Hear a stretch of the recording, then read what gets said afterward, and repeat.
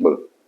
तर आपण जी कारवाई सुरू केली आहे सध्या लोकांकडून त्याचं स्वागत होत आहे, कारण सीएम साहेबांनी स्वतः तुमचं हे केलं, रिॲक्ट केलेलं आहे. कशा पद्धतीने आता पुढच्या वेळेस आपली कारवाई सुरू राहणार आहे? नाशिक शहरातील मागच्या महिन्याभरातील वाढत्या गुन्हेगारीच्या घटना बघता नाशिक पोलिसांनी त्याविरुद्ध धडक मोहीम हाती घेतलेली आहे.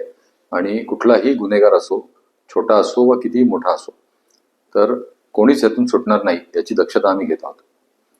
आम्ही वेगवेगळ्या प्रकारच्या मोहीम हातात घेतलेल्या आहेत. म्हणजे ते टवाळखोर मोहीम असेल किंवा ज्या ठिकाणी अवैध मद्य विक्री होते ती टपऱ्या पाडणं असेल, किंवा प्रिव्हेंटिव्ह ॲक्शन्स घेणं, जे रेकॉर्डवरचे गुन्हेगार असतील, गँगस्टर्स असतील, किंवा जे मोठे काही गुन्हेगार आहेत की ज्यांनी मागच्या काही फायरिंगच्या इन्सिडेंट्समध्ये त्यांची नावं निष्पन्न झालेली आहेत, तर त्या सगळ्यांच्या मागे आम्ही लागलेलो आहे.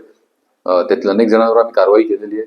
आणि एक पोलिसांबद्दल विश्वास निर्माण होईल अशा प्रकारचा एक मेसेज आपल्या मार्फतीने, माध्यमांच्या मार्फतीने जनतेकडे जावा, ही नाशिक पोलिसांची आपल्याला विनंती आहे.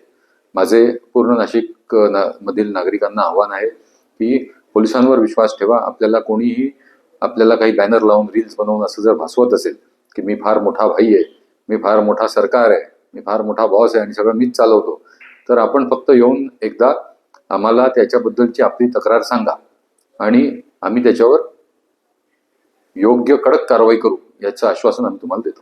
सर,